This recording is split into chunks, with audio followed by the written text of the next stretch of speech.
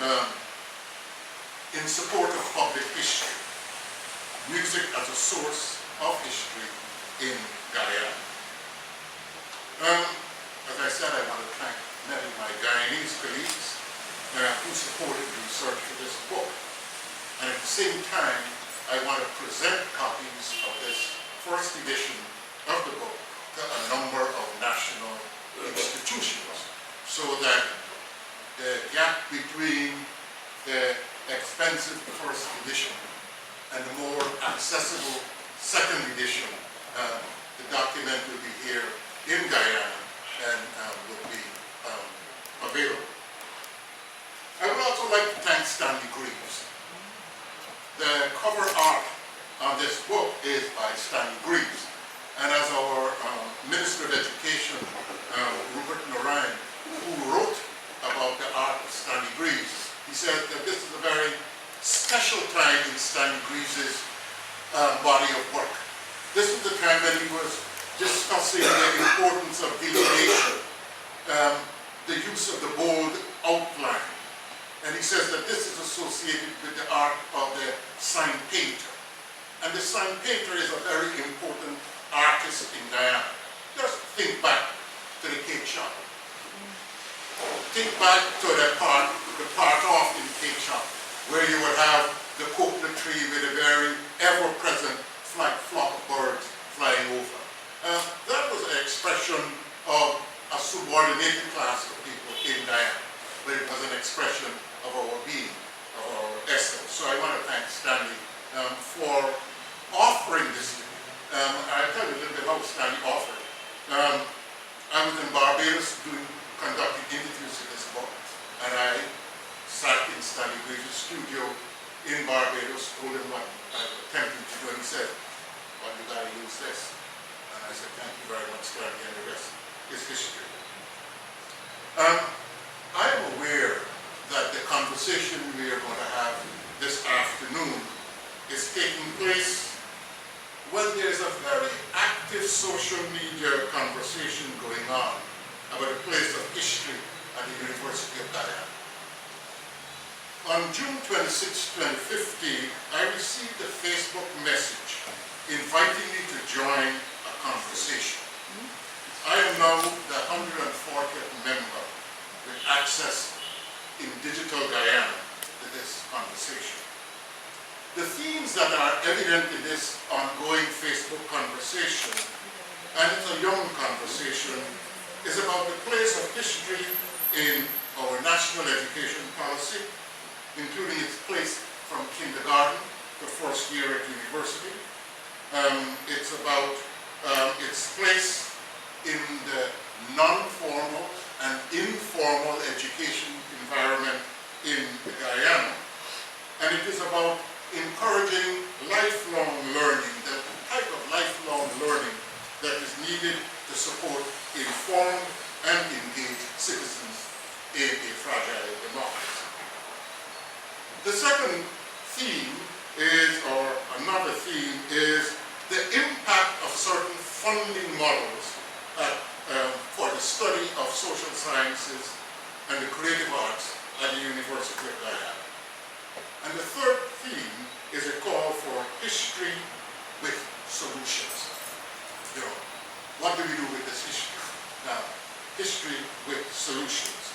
I hope that this book and this launch will contribute to this important conversation about history's role in improving our presence.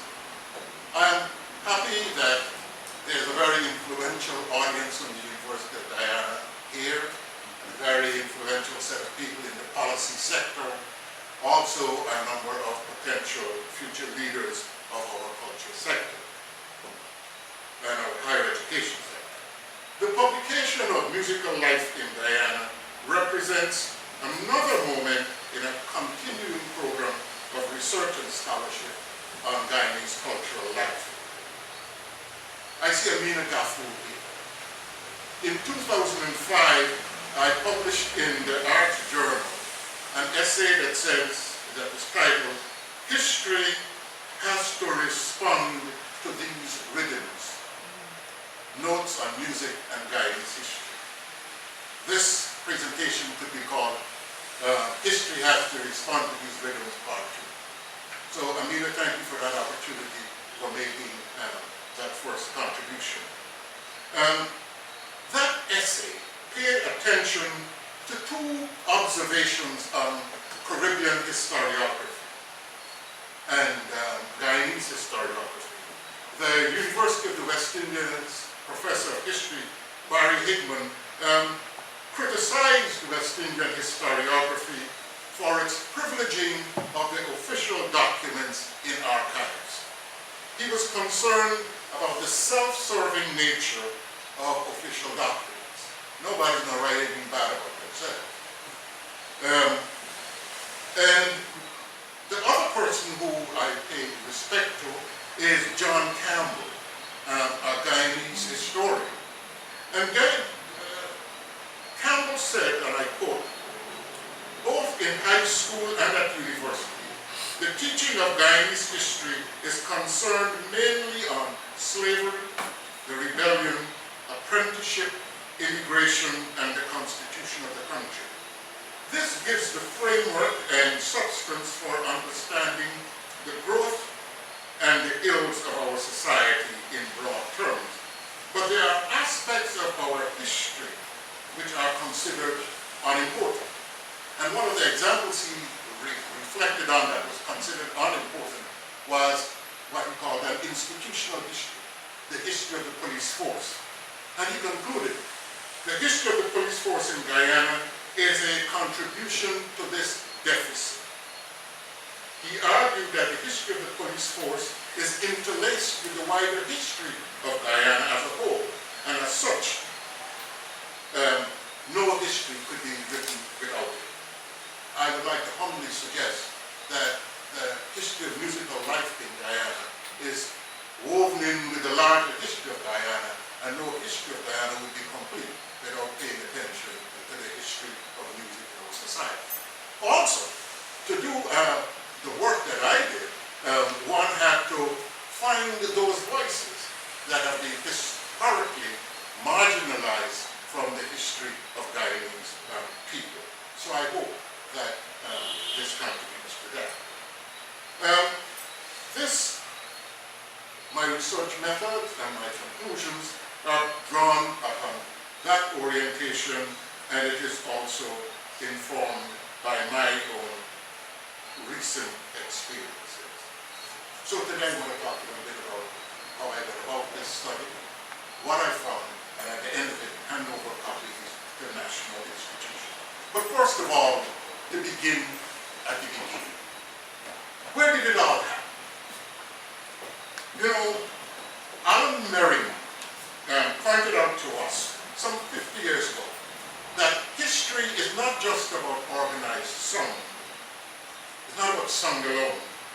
What we hear as music is the end result of a dynamic process, the outcome of many human interactions in the political, economic, social, and technological spheres. The political interactions, especially that of national governance, specifically meaning the ways in which societies make and implement decisions, can exert significant influence on the way music is being delivered or consumed or appreciated. How did it all begin? It began in 2000, in August 2000. My wife is the musician in the family. I am not a musician. I only have ear song. Right? My wife is a musician, and she took me along to a surprise birthday party that was being hosted by the Woodside Choir for the 80-year-old Billy Pilgrim. That party took place at the late Marjorie Kirkpatrick's home. And I was busy. I had this new toy, a little video camera. I was busy looking at Marjorie Kirkpatrick's orchids. And I think Mrs. George was reading some greetings from overseas. And at the end, as we typically do in Guyana, someone said, speech, speech, speech. and Billy Pilgrim, who's known not to be shy about making speeches, stepped forward and began to reflect on his musical life. And as he spoke of his musical life, which encompassed almost most of the 20th century, he was saying some stuff that was awakening a repressed interest in music. And why was my interest in music repressed? At the age of about 12, my voice started to change. And the late Leonard Dolphin referred to guys whose voice changed as having cockroach voices. So yours truly, El Cucaracha, was expelled from the school's choir. Oh, what a sad thing. I didn't tell my mother I was expelled because it was one of the few times I was allowed to wear long pants. In those days you had two sets of clothes. My clothes, which is what your mother defined the clothes as, and your clothes. I always wanted to have access to her clothes, the long pants, because one wanted to shop in those days. Not shops. So, anyway, so there it was. Billy Pilgrim speaking about this musical life and what influenced musical life and how scholarships were obtained and who were the music teachers and what genres of music were taking place. So I closed off the camera and went and sat there to Monsignor, what's his name? Montrose. So I said, Reverend Montrose, this is a serious story here. You're a year and a half yet. I said, a half? He said, you know Guyanese contributed to liturgical music. I said, Guyanese contributed to liturgical. He said, yes, Father, Brother Pascal Jordan, and Caribbean is a Roman Catholic liturgy. I said, what kind of story is this? So the next day, I decided to go back to some roots of mine, which are the Guyana Broadcasting Corporation. And I saw the late Bertie Johnson. I said, Bertie, I was at a little event on Saturday, and Billy Pilgrim was saying something. You know, what can you say to me? He says, well, that's a long story. So the camera was turned on, and Mr. Chancellor started to tell me about the Gong Show, and you know, all these kinds of people, and Mr. Sutton, and according to Forde, Guyana. It was fascinating. So I got back to the States and began to look at these notes, and I said, you know, this is something else. As I continued to work, it was clear that I had put my baggage on the table, because all history is influenced by your baggage. So my baggage is that I was born in Alberton, 4th Street, back house in the yard. My neighbor across the alley was Mildred and Marlene, the Hunt family. Then I had this Leonard Dolphin experience. And then from 1976, I had this experience in the Guyana National Service, which allowed me to live in Papaya, in Kindia, in Chumachimari, in Cameroon. So I had a feeling of this nation, this society. And so that also helped to inform the work that I did.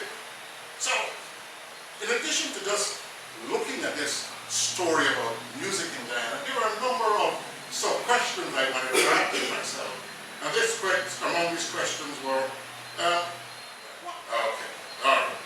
So, among the questions were, what was the range and nature of Guyanese musical creativity during the 20th century? Yeah. What factors contributed to the blossoming of this?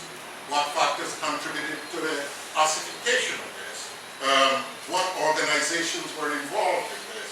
And what were some of the forms of cultural interaction? And what were the consequences of this? A few big concepts inform my work. One concept is national governance. Other concepts are musical encounters, musical interaction, and musical exchange, and musical communities. The term national governance refers to the personalities, institutions, bureaucracies that make decisions about our economic, social, and cultural directions, and also the decisions and the processes in which resources will be allocated to achieve those objectives, those goals. This definition recognizes that in the case of societies such as Guyana, national governance is invariably guided by an overarching ideology or set of aspirations to which a ruling class and their allies subscribe to. And I'm going to suggest to you that over the 20th century, over the three periods that Paloma spoke to you about, the ruling class have been guided by a specific set of ideologies that unfortunately have tended to inflame the already sensitive nature of our society. Governance in Guyana has tended to be biased towards the ruling class. And to use a term preferred by Colin Palmer and Professor David Hines, national governance in Guyana, until recently, I hope, being guided by ethnic politics. The term musical encounters, musical interaction, musical exchange refers to the adoption of musical attributes across and among musical communities. And in Guyana, we have a range of musical communities. We have, based on our ethnic, our ancestral history, those are musical communities. And our musical communities are also evident in our urban, rural, and hinterland communities. So we have a complex construct in which this dynamic will take place. This book, therefore, surveys these three